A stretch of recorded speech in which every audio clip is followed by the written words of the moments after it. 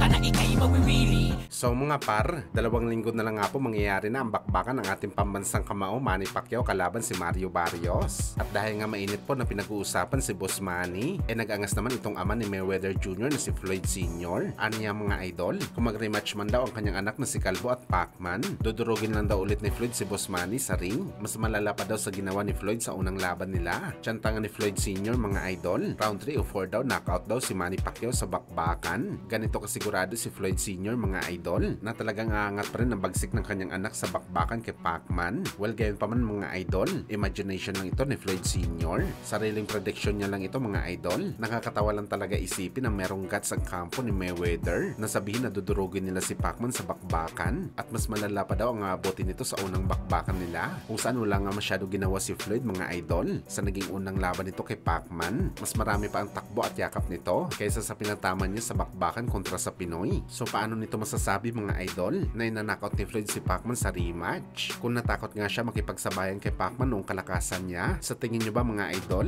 merong bayag si Floyd makipagsabayan kay Boss Manny sa bakbakan nila sa rematch? Dahil ang tanging paraan lang talaga mga idol para manakot ni Floyd si Pacman talagang makipagbugbugan siya ng harapan sa Pinoy. Ang tanong, kaya ba ito gawin ni Floyd sa laban? Dagdag pa dito mga idol, kung kampante naman pala si Floyd Sr. na mananakot nila si Boss Manny sa rematch, bakit ayaw nila kumasa sa rematch? 2016 pa hinahamon ni Pacman sa rematch si Floyd. Bakit hanggang sa ngayon ayaw nila pumalag? Gayon pa man nakampante sila na inakot si Boss Manny. Bukod dito mga idol, paldo-paldo din ang pera makukuha nila sa laban sa rason na super fight ang laban na to. Pero ang tanong, bakit ayaw nila makipag-rematch? Pangit naman na sabihin na takot si Floyd sa pangalawang laban nito kay Pacman dahil tinalo niya na ito. Pero ano pa bang iisipin natin mga idol? May ibang term pa ba maliban sa takot? Gayon pa man tiwalang-tiwala sila mga boss na inanakot nila si Pacman at kukobra pa si Floyd na malaking pera sa bakbakan.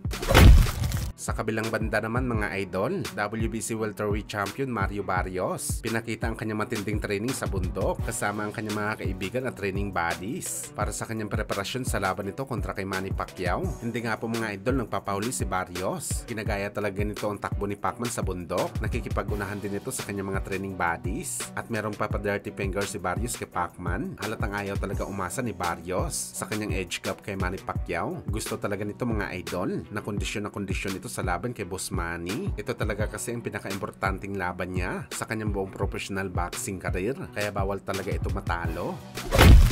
Samantala speaking kay Manny Pacquiao mga idol, dinagsa naman ito ng kanyang mga supporters sa outdoor training nito. Ito na siguro mga idol ang pinakamaraming fans na bumisita kay Pacman nung nag-uumpisa pa lang ito mag-ensayo kay Barrios. Tila nilaan talaga ng mga fans mga idol ang kanilang 4th of July na holiday sa Amerika para lamang makita si Pacman mag-ensayo. Parang hindi na training ito mga idol. Nagmimisto lang fans din na ito ng nag-iisang 8th Division World Champion.